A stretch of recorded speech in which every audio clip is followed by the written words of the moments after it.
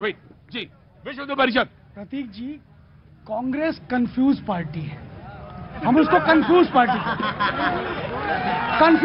कहते हैं। कंफ्यूज इसलिए कहते हैं कि उनको समझ नहीं है, उनको समझ नहीं है कि को भगा दिया। सुनिए सुन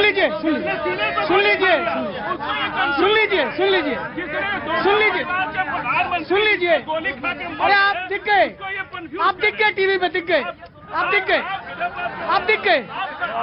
अरे ये मत बोला करिए, ये कहा करिए आप बिक गए। इस टेलीविजन ने भी बड़ा गड़बड़ किया है। कंफ्यूज कर दिए। कांग्रेस कॉन्फिडेंट पार्टी है, कंफ्यूज गलती। अच्छा, कांग्रेस कॉन्फिडेंट पार्टी है, गलत बोला आपने, कंफ्यूज बोला। नहीं, मैं कह रहा हूँ कांग्रेस कंफ्यूज पार्टी इसलिए है क्योंकि वो तय नहीं कर पा रहे कि वो हिंदू है या हिंदू नहीं है।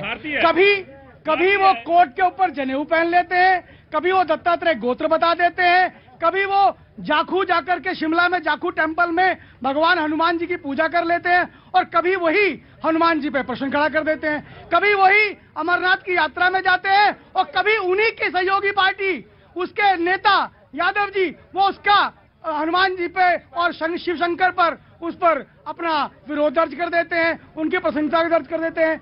हम ये कहते हैं कि 100 वर्ष से अधिक समय से गीता प्रेस ने इस देश के अंदर एक सांस्कृतिक आंदोलन को खड़ा किया है। भारत की जड़ों को, भारत की आध्यात्मिक चेतना को जन जन तक पहुंचाने का काम गीता प्रेस ने किया है। क्या हम उसे नकार सकते हैं? हम उसको नकार नहीं सकते। आप देखिए, गांधी जी के सिर्फ एक कहने पर कि आप नो प्रॉफिट नो लॉस पर जो है अपने इस किताबों को बनाइए, आप सोचिए कि गीता प्रेस के हनुमान प्रसाद पोद्दार जी ने उसको अक्षरशः माना और मान करके इस देश की आवाम को छोटे छोटे रामचरितमानस के गुटके आपको हमेशा दिख जाएंगे। अरे ये कर्नाटक की बात करिए हमारी बहन ने। ना, अभी कर्नाटक नहीं। बुलबुल के पंखों पर बैठकर हिंदुस्तान की सैर करने वाले के बारे में हमारे बच्चों को पढ़ाया जा रहा था, हमने उसको निकाला, बोला गलत है, नहीं पढ़ने दूंगा अपने बच्चों को बुलबुल के पंख पर सैर करने वालों की बात, माफी मांगने वालों की बात नहीं पढ़ने दूंगा अपने बच्चों को।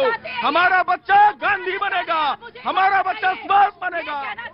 किसको माफी वीर कह रहे हैं? किसको कह रहे हैं? अरे किसको? आपने पढ़ाई नहीं, इसका मतलब इतिहास।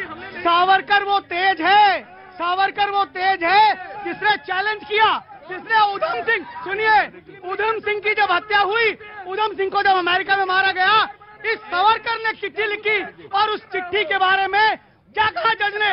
ये कहा कि क्या ये कागज पर जल जाता, ऐसे शब्द सावरकर ने लिखे। किसने सरकार बनाई मुस्लिम लीग के साथ? कौन खड़ा था? अरे कौन खड़ा था? अरे डरते क्यों हो? जवाब दो। रास्ते में हाँ जी, मुद्दा छूट गया। अरे कैसे छूट जाएगा जब आप खड़े हैं सामने?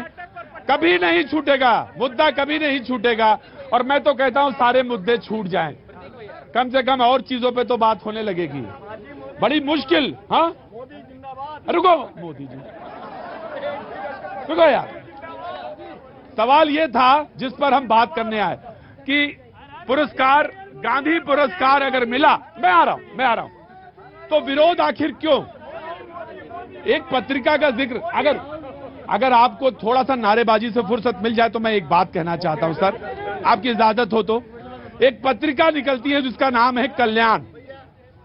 पता नहीं यहां में किसने पढ़ा या नहीं पढ़ा। कल्याण किसी ने पढ़ा? हाँ, आपने पढ़ा होगा। एक्चुअल मीडिया नहीं, हम गोदी मीडिया हैं और फिर फक्र के साथ कहते हैं गोदी मीडिया है। और आप चुपचाप खड़े रहिए।